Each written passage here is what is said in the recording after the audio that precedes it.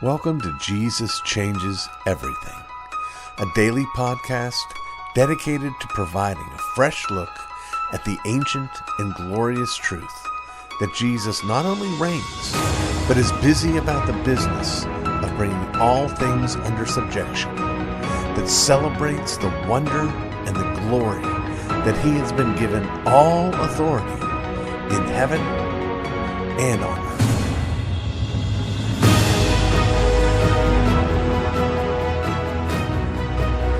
Well, it's time once again for another one of our Gospel at Work segments, and I'm delighted to have a guest with me. His name is Justin Clifton, and he has had a number of different roles in the church. He's served as a worship leader. Is that right? Yeah. That's correct. Yeah. But more recently, he was the founding rector of St. Luke the Healer Anglican Church. That's in the ACNA here in Fort Wayne, and then stopped doing that some time ago and is now working in real estate, which is a really hot place to be right now. Oh, yes. Yeah.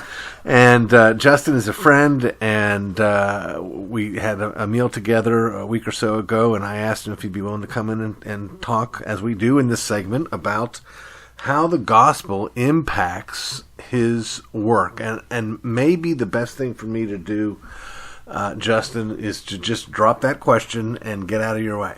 Because since you've been a preacher, I'm sure you know how to just... That's the problem. My wife says I talk too long, so I'll try to actually shorten it up for 30 minutes. So, how the gospel, is this something on your mind when you go to work? How does it impact your interaction with folks? Well, I think it really starts out in my childhood. Okay. So because this is going to be long. Yeah. No, but it's kind of the reason why I do what I do. Okay. So my grandfather and father were bank presidents. They worked at Grable Bank. That was like the big community bank around here. It was like everybody knew them, right? Right. And everyone locally knew them. Well, and now that particular bank is like listed in the top 5 in the country by somebody. I saw it on the sign. Oh, yeah, it's like top 5. Yeah, I know. I can't believe that. First Merchants Bank is what it's called now. But yeah, so it was originally chartered by my great-grandfather during the Great Depression, and my grandfather and my father actually had kind of a back-to-back role as president. Okay. So it had been run by someone in my family for, I might be wrong, Dad, I'm sorry if you're listening to this, but I think it's somewhere close to maybe 40 to 45 years of having my grandfather and father. And they always wanted to bring their faith into work. I mean, they didn't preach, God from the board meeting or anything like that, but they always wanted to set a good example. And I always grew up really having a good view of that, because people, nobody's perfect, but they always had a good view of my father and my grandfather. Right. And, and it was because, and I still run into people nowadays that say, your dad, I worked for your dad and it changed my life. He was... he was so encouraging. He was like a dad to me. And it was because of that I saw really faith in action, and that it really impacted the entire culture of a bank of around 150 employees at the time. Made a huge difference. Which would make an impact on the broader community as well. Yeah, absolutely. And he took that out. I know my dad was very busy, always doing boards and helping out with the town, and it made a big difference. And that always was a big part of me. And so I knew that I wanted to do that. And incidentally, this is kind of funny, but when I went out to Hollywood for a while, which I know I have a crazy backstory, but my main thing was to really spread the gospel in Hollywood, be a light, in Hollywood. And so even from my 20s and on, it was about being godly in my job. Okay. And how, in your job now, how does that manifest itself? If you were to try to imagine you in the same job without the gospel, how would it look different? I think it would look very different because real estate is sales. Okay.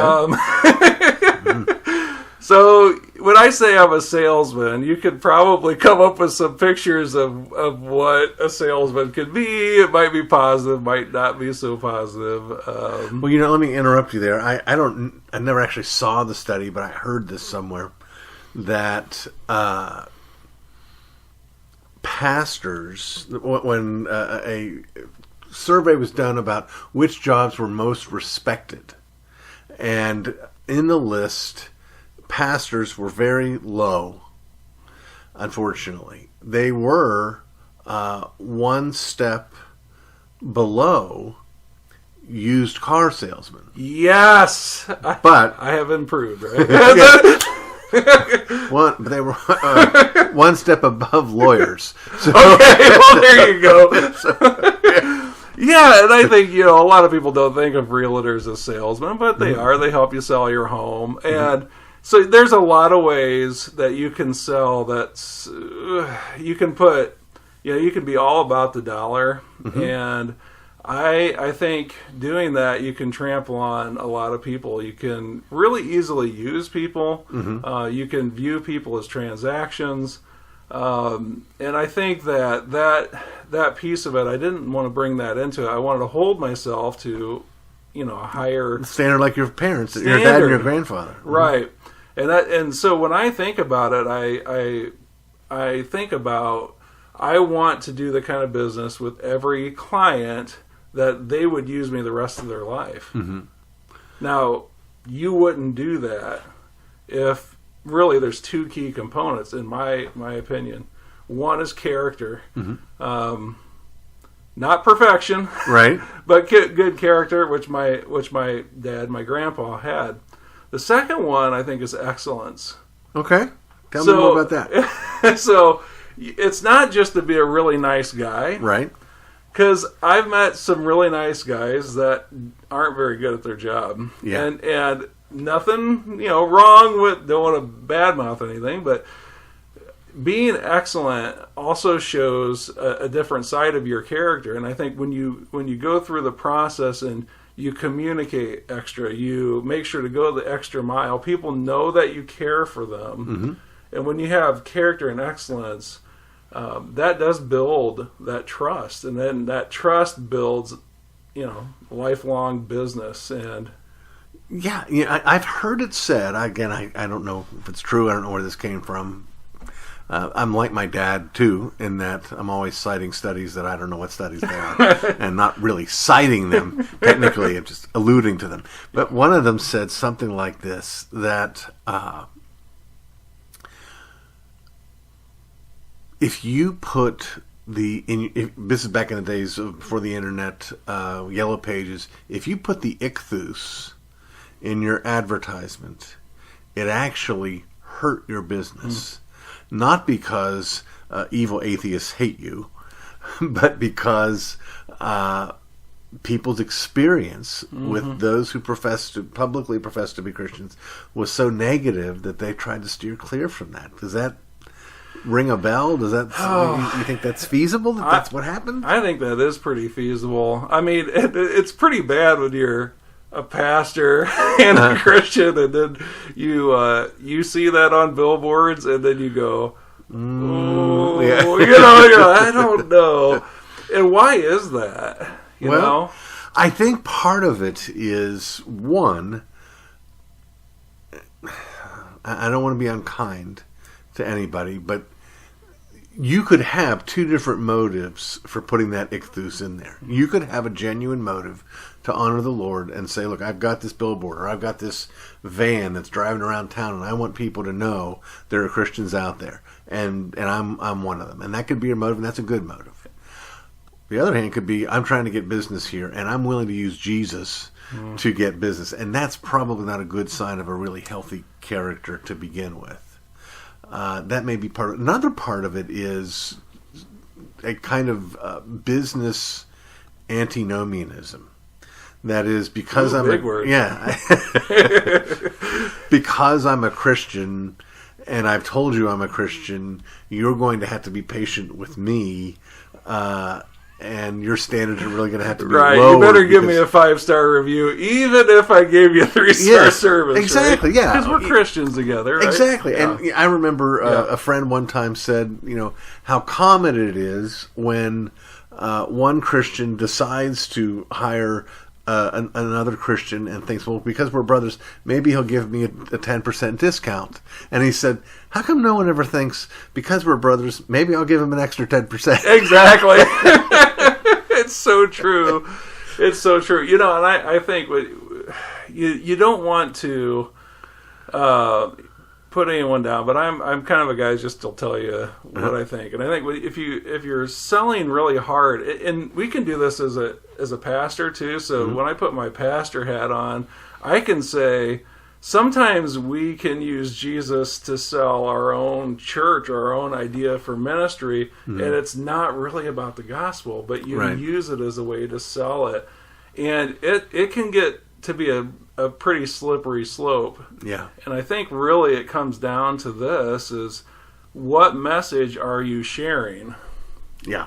And the message that people hear is a message of he's trustworthy, he's good, he's kind, and he's excellent. He will get it done. He'll do what he says he's going to do, and he'll do it better than the next guy. And I think that set of characteristics is what not only speaks to other Christians, but it'll speak to the world. Yeah. Yeah. And that's what I know of with my dad. It wasn't like, Brent, he's gonna paste on that, the fish symbol on the now we're only gonna give you a 1% return on your CD because we know we're brother. We have a deal. And I always thought it was interesting too. Sometimes we look for that discount, and I think sometimes even churches could do that too. Yeah. Like, hey, we're brothers. You could do this for free for me. But I think if we're really taking the gospel into our business too, it would be with our employees as much as it would be with our customers. Mm-hmm. You know what? When I worked with insurance before I did real estate, I worked for a guy. He would come in and he'd be like, "Hey, here's some lunch. Here's some Dairy Queen cards. You're doing a good job."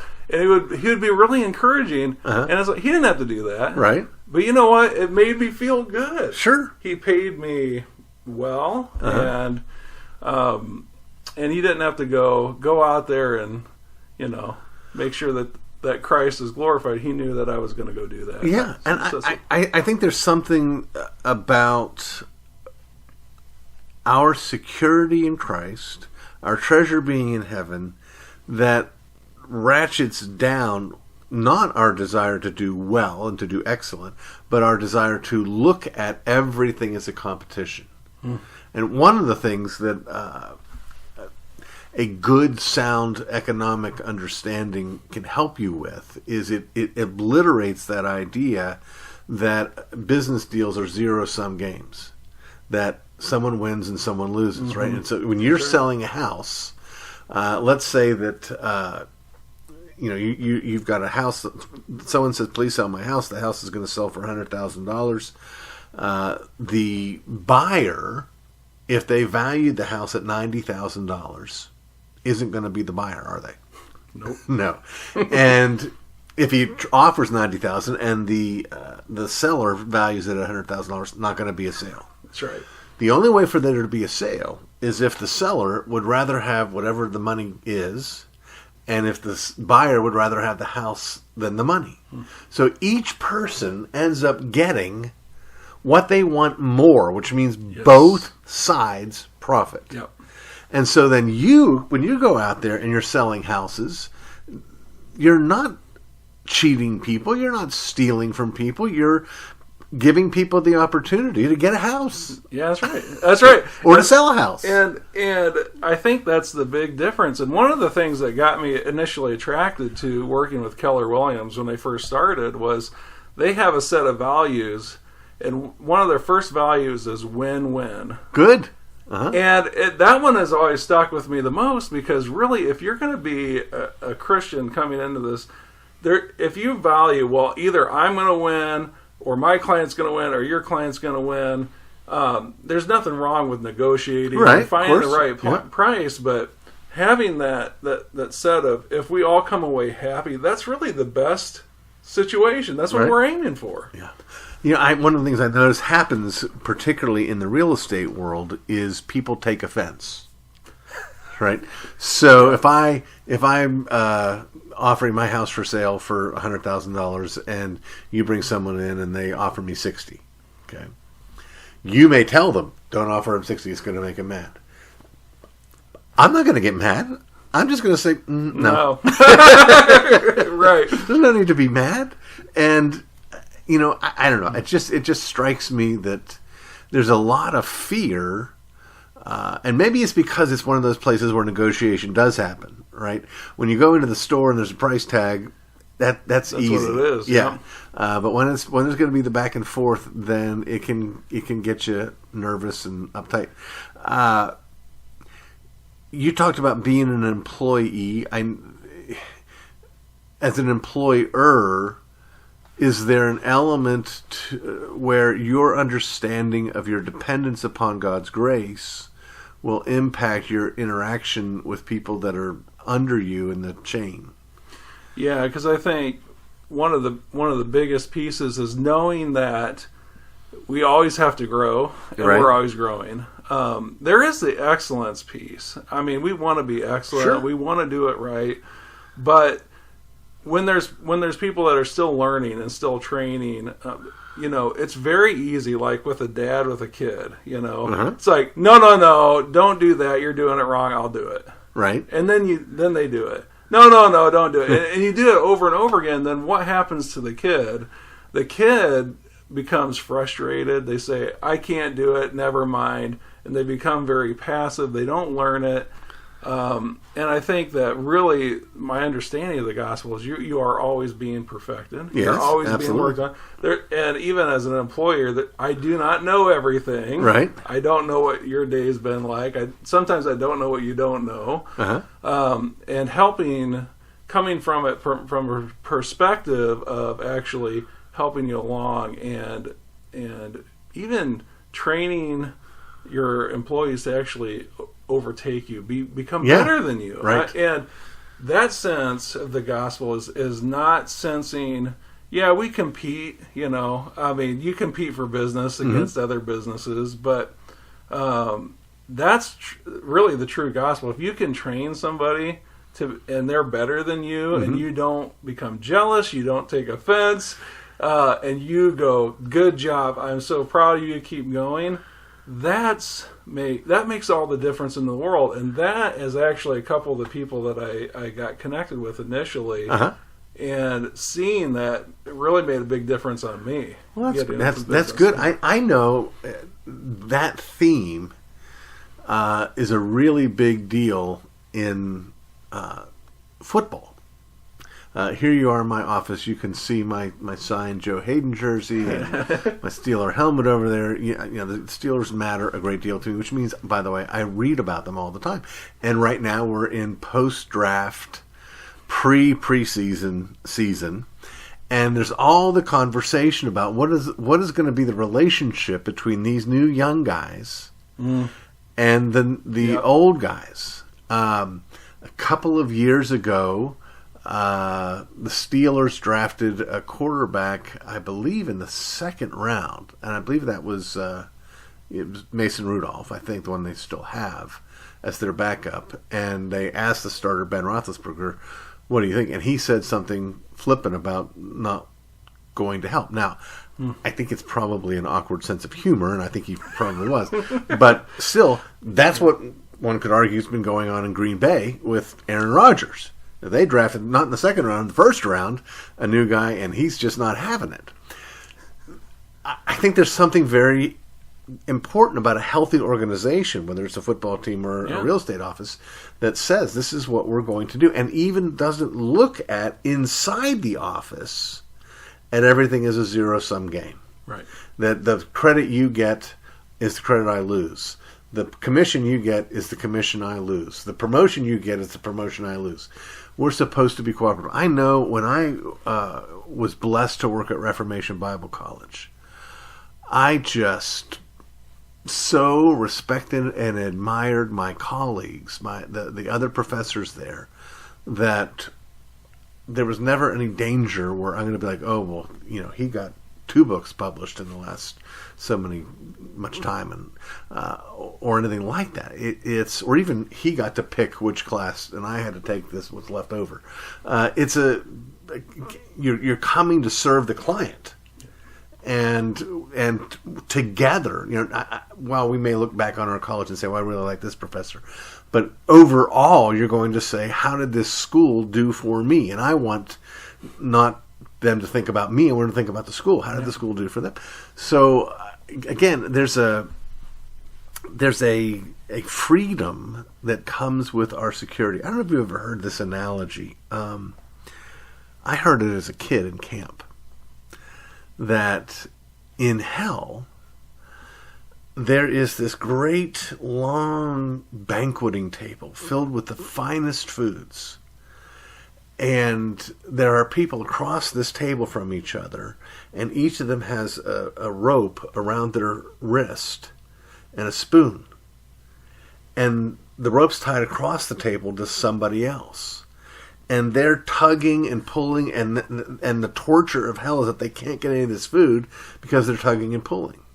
And heaven, have you heard this? Yeah, I heard a piece of it. Keep in going. heaven, it's the exact same picture. Same table, same ropes, same spoons. But instead of pulling against each other, they're feeding each other. They're moving there, instead of pulling away from each other, they're going to each other, and so everybody gets to feast. And, I just think there's, and you may not know this, my listeners know this. I'm hardcore, absolutely radical, libertarian, minarchist, laissez-faire, let them be. You can call me a capitalist and I will smile. I won't blush. I believe in liberty. But it doesn't have to be again, looking at everybody as your enemy, because they're not. Right.